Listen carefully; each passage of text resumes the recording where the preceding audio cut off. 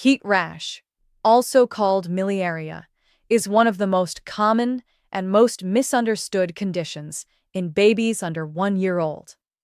According to the American Academy of Pediatrics, infants have sweat ducts that are still developing, making them far more prone to blocked pores than adults. The CDC also lists infants among the highest risk groups during heat waves, right alongside the elderly. And yet, most parents don't even recognize the warning signs until it's already spreading.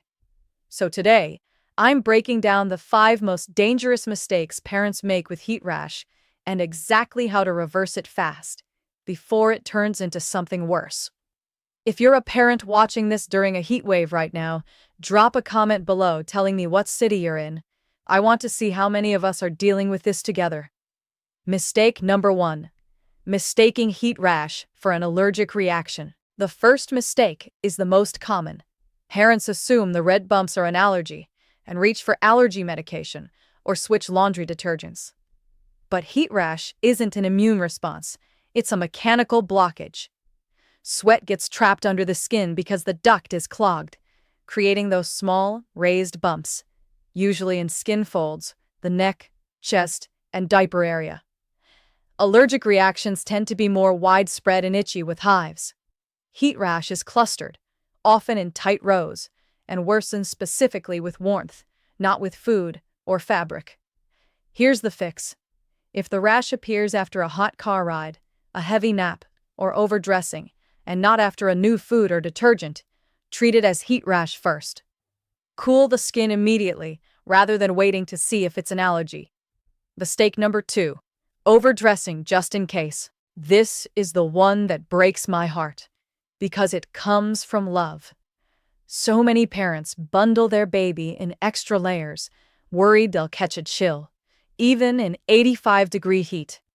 But pediatric dermatologists consistently point to overdressing as the #1 trigger for heat rash flare-ups. Babies can't regulate their body temperature the way adults can. Their sweat glands are still maturing, so trapped heat has nowhere to go. The fix is simple, but counters every instinct. Dress your baby in 1 layer fewer than what you're wearing. Loose, breathable cotton, never synthetic fabrics that trap moisture. If you're comfortable in a t-shirt, your baby is comfortable in a light onesie, not a long-sleeve outfit and a blanket. Quick gut check. Comment 1 layer below if you didn't know that rule before this video. Mistake number 3. Using thick lotions or petroleum-based creams.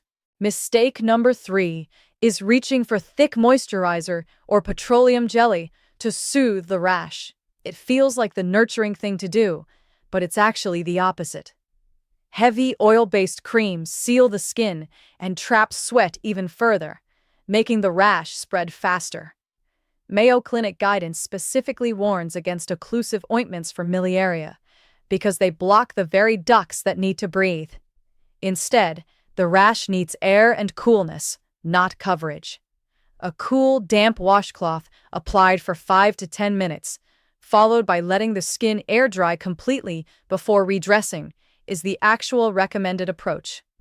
If you must use anything, plain calamine lotion in thin layers is the safer choice.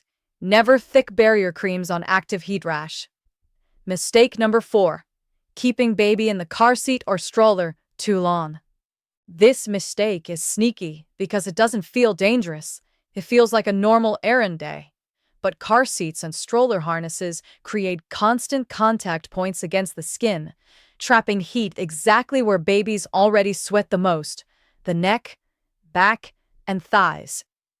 Pediatric researchers have noted a direct correlation between prolonged car seat time during summer months and miliaria outbreaks in infants under 6 months.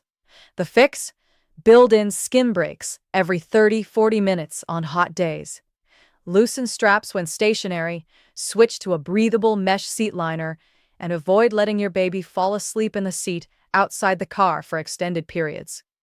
It feels like a small habit change, but it's one of the most effective prevention tools you have. Mistake number 5. Waiting to see if it goes away on its own. The final and most dangerous mistake is simply waiting. Many parents assume heat rash is harmless and will resolve naturally. Most of the time it does. But when blocked sweat ducts go untreated in a continued heat environment, the skin barrier can break down, opening the door to bacterial infection. The AAP notes that signs like increased redness, warmth, swelling, or pus-filled bumps signal it's moved beyond simple heat rash and needs medical attention.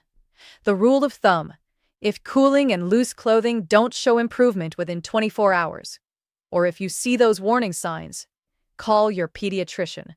Trust your instincts. You know your baby's skin better than any article online. So let's bring it back to Sarah. That night, she didn't panic. She stripped off the extra layer, wiped her son down with a cool cloth, and let his skin breathe.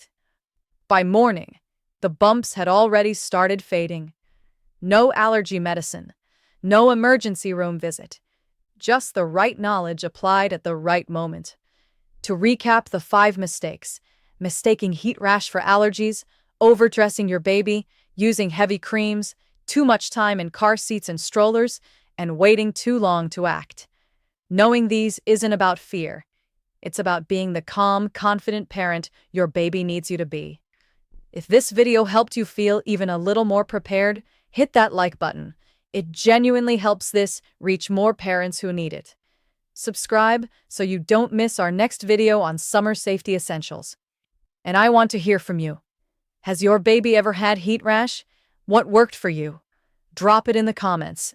Your experience might be exactly what another parent needs to read tonight.